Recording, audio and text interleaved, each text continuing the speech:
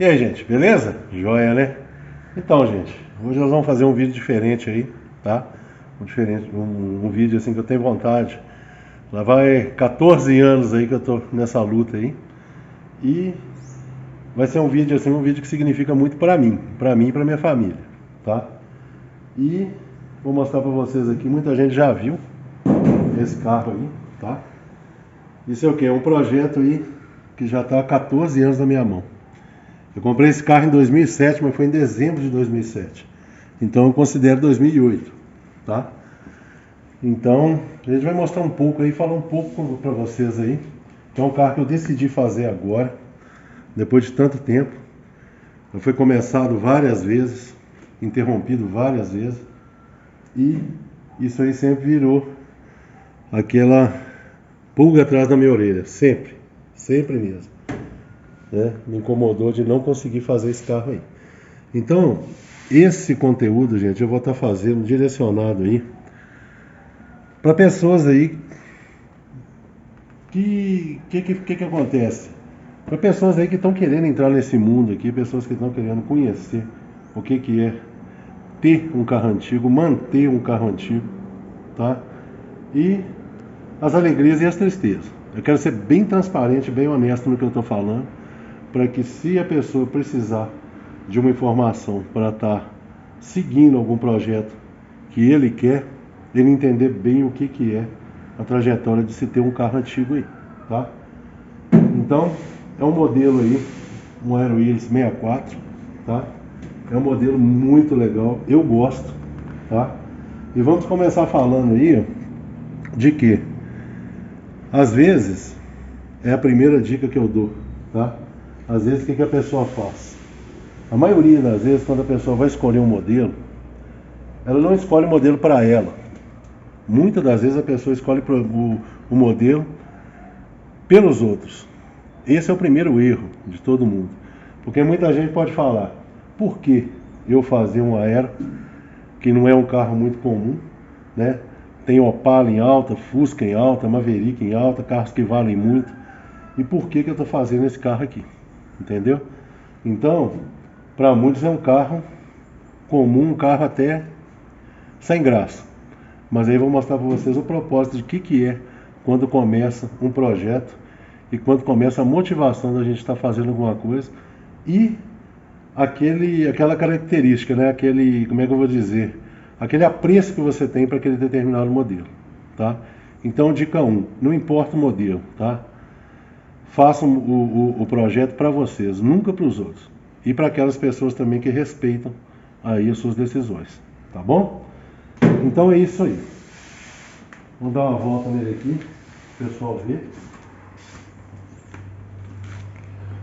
E nesse vídeo, o que vai acontecer?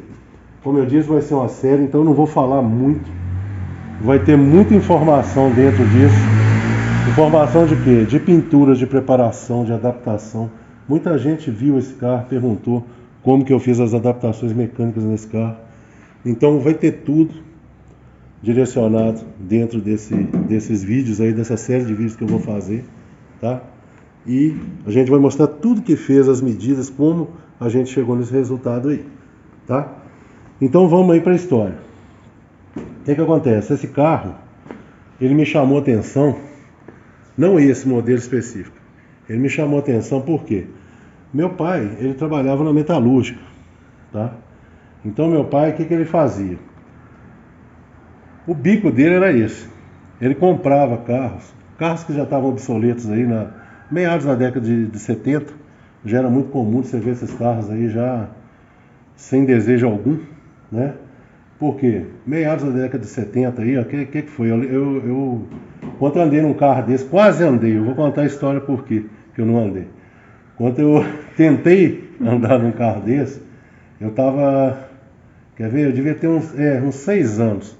Foi na média aí, foi em 77, 78, por aí. Eu devia estar com 6, 7 anos nessa época, mais ou menos. Eu não sei precisar se foi em 77 ou 78. Meu pai chegou com um Aeroiris desse. Não desse modelo, ele chegou com um 65. Eu tenho bem certeza, na época eu não tinha um entendimento do ano do carro, eu não sabia. Mas eu lembro que era aquelas lanternas compridoras, umas lanternas grandonas aqui. que a traseira desse carro aqui é diferente. Então ele tinha aquela traseira mais quadrada e uma lanterna compridona. E eu bati o olho nesse carro e eu adorei. Eu vi que aquele carro, parecia que era uma coisa mais linda do mundo. Aí meu pai, o que ele fez? Ele chegou com esse carro, deu um jeito nele, que meu pai assim, não era de pintar carro nem nada não. Ele chegava e colocava para funcionar, e às vezes acontecia muito isso. Ele ia para trabalhar, achava um negócio, e no final da tarde ele trazia o carro para casa, fazia funcionar, colocava ele rodando, e às vezes no outro dia ele ia pro trabalho e já vendia ele por lá mesmo, voltava com outro. Meu pai era assim, ele era um negociante de carro, e com isso ele ganhava um dinheirinho além do trabalho dele, tá? Então por isso que eu convivi com muitos modelos aí, muitos modelos antigos, e eu estava sempre agarrado com meu pai aí. Então essa foi minha convivência, a primeira convivência com carros antigos foi assim, tá? Então o que ele fez? Ele chegou com esse Aero, eu lembro como se fosse hoje, um Aero azul clarinho, como se fosse hoje. E ele colocou ele para funcionar, e não estava funcionando legal, colocou para funcionar. E era assim, a hora que ele ia dar uma volta para experimentar, eu pulava dentro do carro e ia, tá? Então, lá na minha casa lá, tinha uma curva, tinha garagem atrás da casa, então tinha uma curva assim de 90 graus para tá saindo para a rua. E o que eu fiz? Eu pulei dentro do carro, não sei se eu não fechei a porta direita, eu não sei o que eu fiz, e meu pai desceu com o carro. Aí na hora que ele fez essa curva, eu toda a vida fui gordinho mesmo, na hora que ele fez essa curva, a porta abriu e eu caí no chão. Aí pronto, meu pai já parou o carro, minha mãe de longe viu, e o que acontece? Não deixou eu ir com meu pai mais. Falou que era um carro velho, que eu ia cair no meio do asfalto, que era negócio todo, e não deixou mais eu andar no carro. E isso ficou na minha cabeça. Aí meu pai seguiu, foi dar a volta dele, e esse carro ficou na minha cabeça. Eu não consegui andar num carro desse. Depois ele não comprou mais nenhum Aeroíris, e eu vi os Aeroíris aí rodando por aí, e isso ficou na minha cabeça. Então pra vocês verem aí, eu estava com de 6 para 7 anos, tá? Então pra vocês verem como é que a coisa fica martelando na sua cabeça, e como é que mexe com a gente determinadas coisas, né? Então foi assim, a sequência foi essa. E o primeiro contato que eu tive com esse Aero, com esse aqui, esse modelo, esse carro mesmo, foi em 88, tá? Em 88 eu tinha o quê?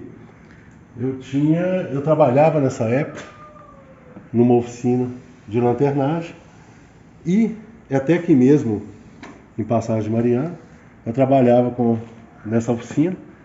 E o que acontece? O pai dos donos da oficina, ele tinha um carro desse há um tempo atrás. Aí, o que aconteceu? Essas pessoas que eu trabalhava, o filho, né, os filhos dele, foram ver esse carro, tá? Foram ver esse carro aqui numa cidadezinha perto aqui, tá?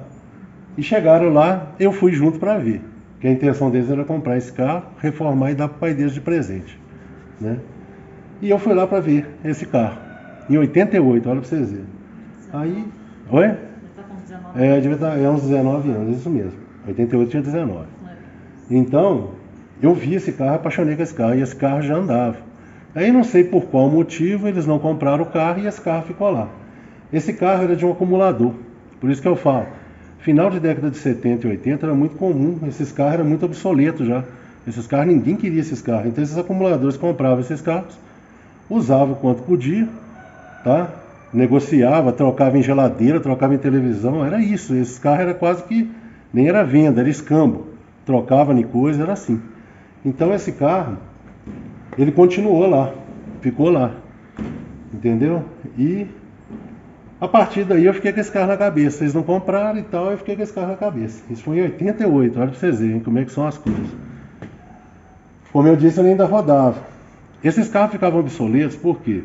É que eu sempre falo, meados da década de 70, os Fuscas já tinham ganhado aí o gosto das pessoas. Ou seja, eram carros, desses carros aqui, era um carro muito grande, beberrão. Eram carros assim, os outros, né, os antecessores desses carros aqui, igual os Chevrolet, os Ford, né? Década de 30, 40, 50, 60. Esses carros eram carros que vinham para cá, tá? Eram carros importados, não eram carros fabricados aqui. E esses carros, para dar manutenção nesses carros, eles rodavam o quanto durava. Então, na hora que quebrava, era muito comum das pessoas largarem esses carros abandonados, porque não tinha fluência de peça, não tinha mão de obra, às vezes, que conseguia colocar esses carros para rodar. A falta de peça era muito grande. Então, por isso, esses carros que eu estou falando dessas décadas aí, era muito comum você ver terrenos aí, igual esse cara aqui que era um acumulador, ele tinha tanto modelo lá jogado lá, e era assim. Eles tinham os Aero, por exemplo, eles iam tirando peças de uns e montando outros. E ia rodando. Então, os piores iam servindo de doadores, os melhores iam rodando, até chegar um ponto que os melhores ficavam piores e ficavam encostados lá. Então, era assim. Meia da década de 70, quer dizer, já tinha o Fusca que tinha ganhado o gosto do povo aí, os carros que já estavam sendo fabricados aqui. Né? E vieram Corcel, Chevette, vieram esses outros carros aí, carro mais econômico, carro que já tinha uma fluência de peça, uma fluência de mão de obra, então esses carros ficaram esquecidos. Por isso que eu falo, muitos carros se perderam aí por isso, porque esses carros ficaram, ninguém queria esses carros, tá? E esse carro, como eu falei, em 2007 eu resolvi ir lá ver esse carro. Olha você ver quantos anos depois, né? Então foi aí que eu adquiri esse carro. Consegui comprar esse carro, tá? Consegui comprar e foi assim. E aí que vem aquela outra história. Tem aquela história que eu fico vendo, muita gente fala, que faz as coisas escondidas da esposa, né? Faz as coisas aí que que a esposa não pode saber, tem que ser isso, tem que ser aquilo. E eu só comprei esse carro porque minha esposa que me incentivou, tá? Porque ela sabia, tá aí, ela sabia do meu sonho, tá? Sabia que eu sempre falei de Heloísa, eu sempre quis, e a oportunidade foi essa. Então, quando eu comprei esse carro, tá? Em 2008, esse carro já não rodava mais, eu já não tinha mecânica, eles já tinham feito vale nesse carro à vontade, tá? Então é isso, voltando no que eu estava falando aí das esposas, às vezes o que acontece? Tem aquelas pessoas que falam mal de esposa e tudo, que não deixa gastar e tudo, porque às vezes a pessoa é aquela pessoa que é uma pessoa que às vezes compra um carro, quer enfiar todo o dinheiro no carro, esquece das outras responsabilidades, tá? E é por isso que às vezes as esposas não gostam, tá? Então acontece muito disso aí. Então quando a pessoa é responsável, uma pessoa que pega um projeto, é uma pessoa que quer fazer, com certeza quem gosta de você apoia. Mas é claro que as responsabilidades não podem deixar de ser cumpridas. Então por isso que é o que eu falo. Uma vez quando eu usava Facebook, que hoje eu não uso mais, eu não esqueço disso. Tinha tipo uma charge lá, uma pessoa lá dormindo num cantinho da garagem em cima de um banco velho e uma charge escrita embaixo. E isso que acontece com quem compra carro antigo. Gasta tudo que tem e vai dormir na garagem todo sujo. Você entendeu? É esse que é o problema. Às vezes a pessoa quer ir lá e quer comprar um carro e investir tudo que ele tem dentro do carro, tá? Tudo que ele tem no carro, então não tem projeto que aguenta, não tem família, não tem amigo, não tem ninguém que aguenta, né? Então tem que ser feito sim, mas é um tipo de projeto que tem que ser feito assim. Tem que ser feito com consciência, tem que ser feito aí com responsabilidade, e isso não pode mexer na sua vida cotidiana não, tá? Então tem que ser feito dentro do que dá para fazer e quanto decidir comprar, pensar muito bem no que vai estar fazendo.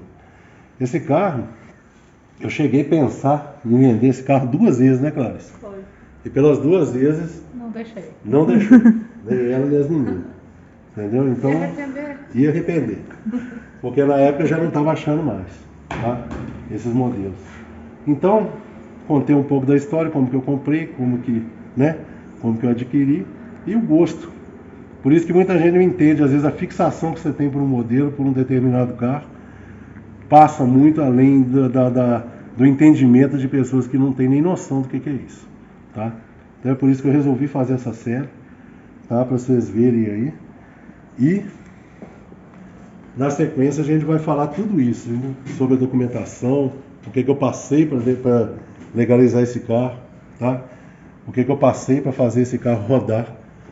Porque era um carro assim, um carro que já estava encostado mesmo, já não tinha motor, não tinha câmbio. E estava lá no chão, lá debaixo de um pé de manga lá. Só lata. Só praticamente a lata, mas o quê? A compra do carro, é isso que é interessante. Não é só você deixar se seguir só pela emoção, não. tá? Tem que entender o que você está comprando. Isso implica diretamente no tempo, tá? Implica diretamente aí no resultado final. E é isso aí, tá? Então aí dá pra vocês verem, agora eu vou mostrar um pouco, né? Dá pra vocês verem, olha pra você ver. Tem gente aí que paga caro pra fazer uma pátina dessa. E olha pra vocês verem que carro interessante. Eu cheguei a pensar em deixar esse carro assim, mas não é meu propósito. Meu propósito é deixar esse carro bonito e deixar ele como era aí nos tempos de glória dele, tá? Nossa, sujeira danada aqui dentro, que ontem a gente tava tirando o forro de teto, né, Larissa? Um sujeirão que a gente fez aí, ó. Tiramos o forro de teto dele, limpamos aí todo por dentro, né? Mas o que vocês estão vendo aqui, ó, pode ser uma visão aterrorizante, né? Mas garanto vocês aí, vou ver se a Larissa acha as fotos de quando a gente comprou ele. Talvez não vai ter uma definição muito legal não, mas a gente vai deixar umas fotos aí pra vocês verem aí o que esse carro era. Esse painel aqui, a gente já reformou ele, já tirei. Tudo isso aqui original, a gente só restaurou a própria madeira, tá vendo? Coluna de direção, adaptei a do Opala, aumentei, tá vendo? O jogo de pedais, o câmbio já é embaixo, freio de mão no chão. Então vou mostrar por alto aqui. Então tudo isso eu vou falar nos outros vídeos para não ficar muito longo, não ficar muito cansativo, tá? Mas ele tem uma mecânica aí, ó, de Opala. Depois eu vou mostrar em detalhes nos outros vídeos aí. Já tem direção hidráulica, freio hidrovácuo, tá vendo? É um carrinho bem legal. Já andei nesse carro.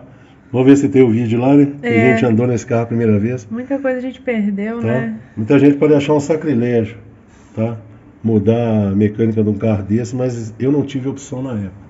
Eu cheguei até a comprar um outro Aero, né? Um Aero 66. Que eu cheguei a comprar. O Aero não era legal igual esse, não, mas tinha toda a mecânica original. E a minha intenção era fazer isso, transferir tudo para esse e do outro fazer o que eu vou fazer com esse. Eu ia fazer um hot com o outro e ia manter isso todo original. Mas não deu certo, é uma história que eu vou contar depois para vocês em detalhes. Os perigos de se comprar um carro aí que não tem jeito de se legalizar.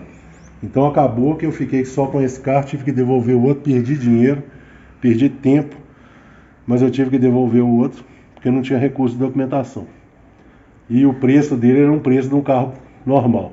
Então não valia nem a pena eu desmontar ele, senão ia ficar muito caro e não ia ficar viável. Então eu tive que devolver para o dono, tive algum prejuízo, mas pelo menos eu fiquei livre dele. Vocês estão vendo aí, ó, gente, essa lateral aí, ó, aparentemente pronta, mas eu vou tirar tudo isso aqui de novo aqui, ó. Eu vou falar nisso no decorrer da série também, o que é você terceirizar o trabalho quando você está desesperado aí querendo que o carro fique pronto. Então eu terceirizei esse trabalho aqui, mas interrompi logo porque não ficou do meu gosto, tá? Nos vídeos aí tá legal e tudo, mas a gente vai remover, vai mostrar tudo para vocês aí, tá? Então tem muito disso aí dentro desse conceito do mundo de carros antigos. Então é basicamente isso, gente. Tá aí. Eu tive que colocar esse carro para rodar rápido. Tá vendo aí, gente? Emplacado, todo certinho. Um carro legal. Documento em dia. Tudo certinho. Tá? Eu tive que colocar esse carro para rodar rápido para legalizar esse carro. Então já rodei nesse carro sim. Do jeito que está aqui. Todo montado, é claro, né? Com lanterna. E esse carro, o que acontece? Vocês estão vendo sem nada, mas todo emblema, todos os frisos, vidros, esse carro está completinho. E é um carro muito bom de estrutura e um carro fácil de se fazer, tá? Um carro assim que vocês vão ver no decorrer aí. Aí a gente vai estar falando, mostrando aí os processos aí de solda que era feito no carro em fábrica. Então assim, tem muito assunto dentro dessa série desse carro que a gente vai fazer. Mostrar também sobre a pintura. A gente vai falar para vocês aí, mostrar. A gente vai dar uma revitalizada numa parte dele para vocês verem aí o que é uma pintura Duco, tá? Vocês verem aí, acho que Eu vou mostrar para vocês aí depois, dar uma revitalizada numa parte para vocês verem o que é uma restauração de pintura. Se ele tivesse uma pintura íntegra, só queimada desse jeito. Eu vou mostrar para vocês nos próximos vídeos aí, tá? E é isso. Você já falou que não vai interferir nos outros projetos? Não falei ainda não. Outra coisa, gente. Esse projeto, o que eu vou fazer? Vou fazer ele no meu tempo vago. Isso aqui não vai interferir nos projetos que a gente está fazendo aqui dentro da oficina, tá? Até porque o que eu falo, tem que fazer um projeto desse, fazer com responsabilidade. Então eu não posso abandonar o que eu estou fazendo, porque a gente precisa de viver, tocar a vida da gente, tá? E eu não vou implicar em cronograma algum nos casos que a gente já está fazendo. Inclusive vou mostrar para vocês aí um pouco que a gente já fez essa semana aí. A semana passada a gente já mexeu no Corcel e no Chevette. Essa semana a Larissa está mexendo lá no Dodge e eu estou mexendo na Boca do Sapo. Então esse carro, a gente vai até arrumar uma iluminação, né, Larissa? Ele vai mexer o quê? Vai mexer depois do horário de trabalho. Depois de 6 horas, que eu trabalho até as 5h30, 6 horas. Nos carros dos outros. Então, o que a gente, vocês veem a imagem meio escura, porque a gente está mexendo à noite. E feriado, final de semana, eu vou agarrar nesse carro, porque existem ciclos na vida, gente, que a gente tem que fechar. Porque senão, você vai ficar com aquela coisa na cabeça aí que, por que eu não fiz? Às vezes é melhor arrepender de fazer do que não fazer. Mas nesse caso aqui não tem arrependimento não. Esse caso aqui, eu acho que eu vou revitalizar esses 14 anos aí que eu tive a espera de colocar esse carro para rodar. Eu vou revitalizar e curtir muito com esse carro ainda. Tá bom, gente? Então, é isso. Então, quem está querendo comprar um carro, segue um carro antigo. Quem está querendo começar um projeto antigo, de um carro antigo, siga essa série aí primeiro, antes de comprar qualquer carro. Que a gente, como eu disse, vou ser bem honesto e bem transparente dentro do que é esse mundo. Que não tem só maravilha não, tá? Tem muita dor de cabeça envolvida, tem muita coisa aí dentro desse mundo, porque quando você vê um carro desse no encontro, vê um carro desse pronto, é uma coisa, mas até ele ficar pronto não é fácil não, tá, gente?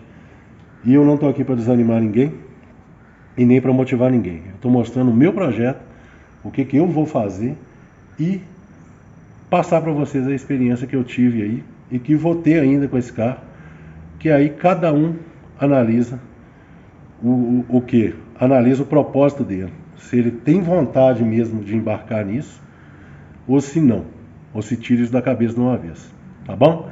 Então a gente vai abordar mão de obra especializada, tá? Mão de obra não tão especializada. Vamos abordar aí pintura nesse carro, vamos abordar preparação, chapeação, tá? Porque tem muito pouco para fazer, mas ainda tem alguma coisa para fazer. Então a gente vai mostrar todo o processo para vocês aí, tá bom? Aí como é que é? Você vai dar uma pausa pra gente mostrar ali o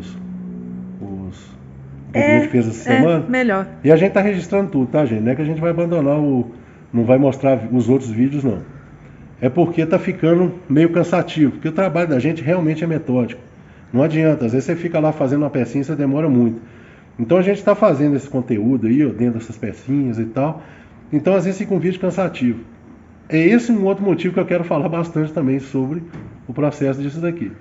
Porque às vezes as pessoas vê, acham que a gente demora muito, acham que a gente não sabe, mas é uma reconstrução, ué? Parece que fez pouca coisa. Parece que fez pouca coisa, mas é uma reconstrução do carro, uma construção é uma coisa, uma reconstrução é outra, tá? Então às vezes o conteúdo fica meio cansativo, mas isso aí é o que eu falo, quem está nesse mundo aí sabe o que é e tem que ter a sanidade aí para ir fazendo e não perder o propósito no meio do projeto. Não adianta fazer um carro daquele correndo, um outro carro correndo e tentar entregar logo e fazer de maneira errada aí que não vai agradar o cliente, entendeu? Então é por isso que o conteúdo às vezes de funilaria ele fica chato, porque ele é muito metódico e muito lento, tá? Então é mais uma coisa que a gente vai estar mostrando para vocês aí. Então como é que vamos fazer? Vamos dar uma pausa e a gente mostra. Vamos dar uma pausa e a gente mostra ali o que a gente já está evoluindo nessa semana e nos outros projetos aí. Então, gente, tá vendo? É o que eu falo, às vezes o conteúdo fica muito cansativo, é por isso. A gente fez a parte de cá, o mesmo que fez o outro lado. Então você fica mostrando, parece que a gente está repetindo o conteúdo o tempo todo. E é até bom para mostrar para vocês aí. Primeira peça grande aí, ó, maior aí, que Larissa confeccionou sozinha aí, ó. Tá vendo? Então ela já tá pronta aqui, já tá furadinha no jeito aqui para ela começar a instalar no lugar aqui. Tá vendo? Então tá aí. Então esse que é o problema. Às vezes a gente mostra um vídeo do lado de lá, depois mostra pro lado de cá e dá a impressão que a gente tá repetindo o conteúdo. Aí vou mostrar lá embaixo para vocês agora na boca de sapo. Aí, gente, acabamos de alinhar a porta aqui no lugar. Tá vendo aqui? Esse aqui é o gap que vai ficar. Isso aqui a gente está confeccionando, a gente fez só a alma da lateral lá dentro, tá pronto. Então a gente está aqui traçando aqui, tá? Para dar os ajustes finais aí. E esse paralama que está aqui não é o dela, do caminhão. Então a gente está aqui, né? Vai fracionar, usar partes desse paralama para trás, usando no outro ali.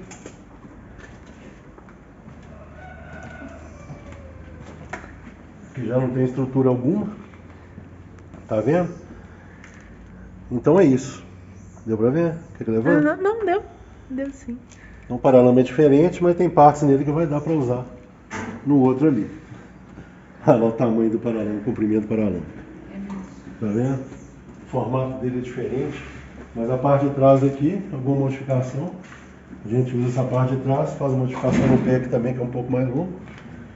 E pode parecer perdido, mas é uma peça que a gente vai ter condição de estar anexando ao outro aí.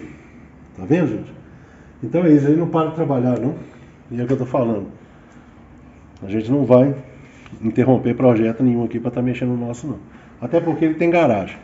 Se o negócio apertar muito, eu levo aí para a garagem de novo, mas isso não vai acontecer, não, tá? A gente vai trabalhar e nem que seja até meia-noite, mas que eu quero concluir esse carro, tem que concluir. Isso aí já é uma coisa que agora ou vai ou vai. Não tem jeito de voltar atrás mais não. Já deu, né? Já deu o que tinha que dar, né, Clarice? Tá bom? Então é isso. Então quem tá com os carros marcados aí não precisa se preocupar. Tá? Até porque o espaço que tá ali não tem jeito de trabalhar em carro de outras pessoas. Tá? Um lugar estratégico ali é um carro basicamente fácil de fazer. Então os próximos que estão para vir aí é muito desmonte, é muita coisa. Vocês vão conhecer os projetos que estão para vir. E onde ele está ali não vai atrapalhar em nada não. Tá bom?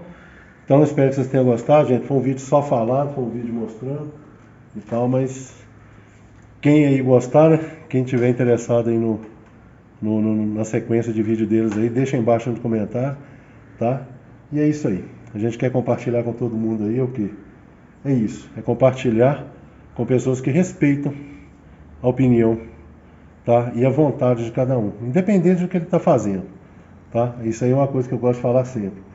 Porque às vezes a gente dá opinião onde ela não é pedida, às vezes fica chato, tá? Porque às vezes se ofende as pessoas. Então é isso que está acontecendo, muita gente dando opinião em coisas que às vezes eles não têm nem noção do que é, tá?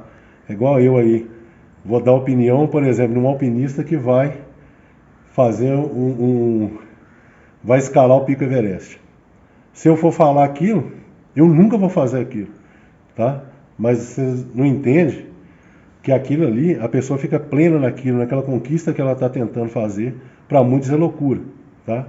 Mas para eles a satisfação dele é tão grande que é uma conquista que ele faz. Então não tem como questionar. Aí muita gente pode falar, ele vai para lá, ele vai ficar com frio, ele não vai conseguir concluir, não vai, mas ele consegue. Se a pessoa tiver determinação, ela vai fazer. Então, o gosto da pessoa é esse, então não cabe ninguém dar opinião onde não é pedida, tá? Então, cada um tem um gosto e cada um tem um propósito na vida. Então, por isso que eu falo, o conteúdo que a gente vai estar fazendo é sobre isso. É informativo e nunca querendo induzir ninguém a querer fazer o que a gente está fazendo e nem desanimar ninguém. Tá bom? Então, espero que vocês tenham gostado aí, gente. E é isso aí. Um grande abraço a todos aí e até o próximo vídeo.